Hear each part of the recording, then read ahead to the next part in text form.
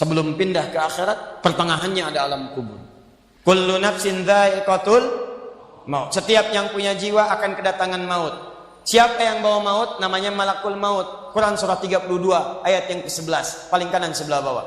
Qul yatawaffakum malakul mautil ladzi wukkila bikum. Kata Allah, katakan Muhammad kepada semua umatmu, setiap yang punya nyawa itu akan diutus malakul maut untuk mencabut nyawanya. Datang maut, makanya orang yang belum meninggal, yang belum dicabut, namanya disebut oleh Al-Quran dengan nama mayitun. Mayit, kalau ada tasdid, berarti artinya CM, calon meninggal.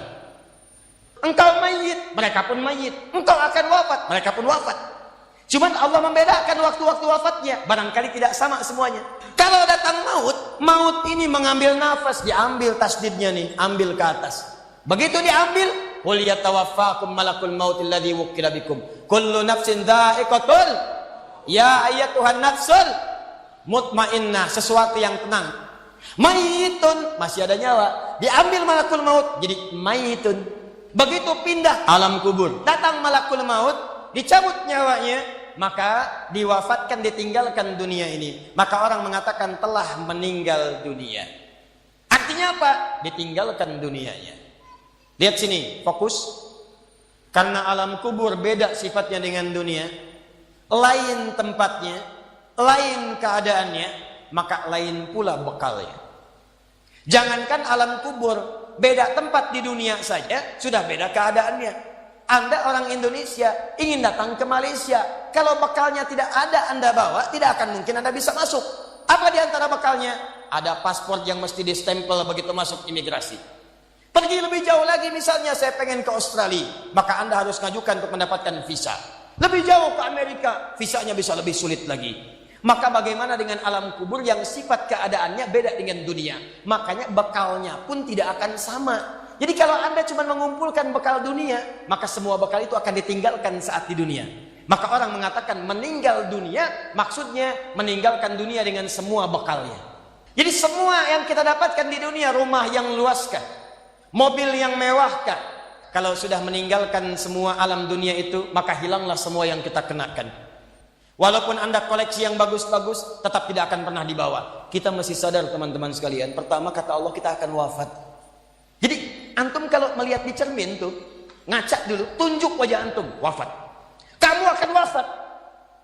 Ketika Anda sadar Anda akan wafat, meninggalkan dunia ini, maka Anda mesti paham, udah punya bekal belum untuk pulang?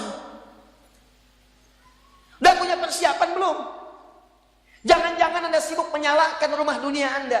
Begitu padam listriknya, sibuk telepon PLN, telepon ini, telepon itu. Masuk ke alam kubur nggak ada cahaya, mau PLN mana yang dihubungi?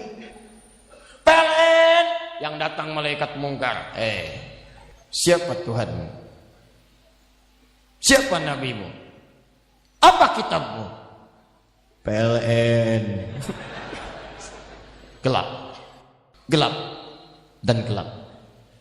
Karena itu orang-orang yang tidak siap dengan kehidupan berikutnya, maka mohon maaf, dia akan merasa ketakutan ketika meninggalkan dunia ini.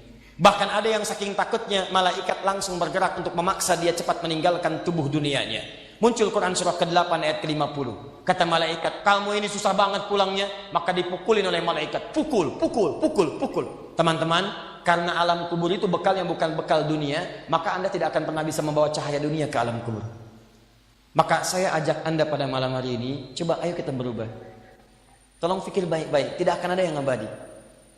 Dan besok pun belum tentu hidup. Demi Allah saya katakan, Allah bisa mewafatkan kita pada malam hari ini. Saya cuma mau tanya sebentar aja merenungkan. Tolong tanya pertanyaan saya ini, tanyakan pada diri Anda sebelum tidur. Kalau Allah wafatkan Anda pada malam ini, sudah siapkan Anda dengan bekal pulang Anda kepada Allah? Karena itu hukum mengatakan, orang yang tidak punya bekal, maka dia tidak siap untuk mudik. Dunia saja tidak punya bekal, malu mudik. Tapi yang punya bekal, oh dia nyari sebanyak-banyaknya. Begitu sebelum berangkat, tiba waktunya raya, dia siapkan. Luar biasa. Kenapa? Karena tahu dia punya bekal untuk pulang. Jadi kalau dunia saja punya sifat mudik, maka akhirat pun demikian. Orang-orang yang punya petaknya cuma dunia saja, maka selesai hidupnya di sini. Kata Allah, nih saya berikan gambaran. Yang visinya cuma sampai sini, maka saya berikan semua kenikmatan dunianya seperti yang dia inginkan. Tapi begitu selesai ini, ditenggelamkan di alam kubur sampai kedalaman yang paling dalam.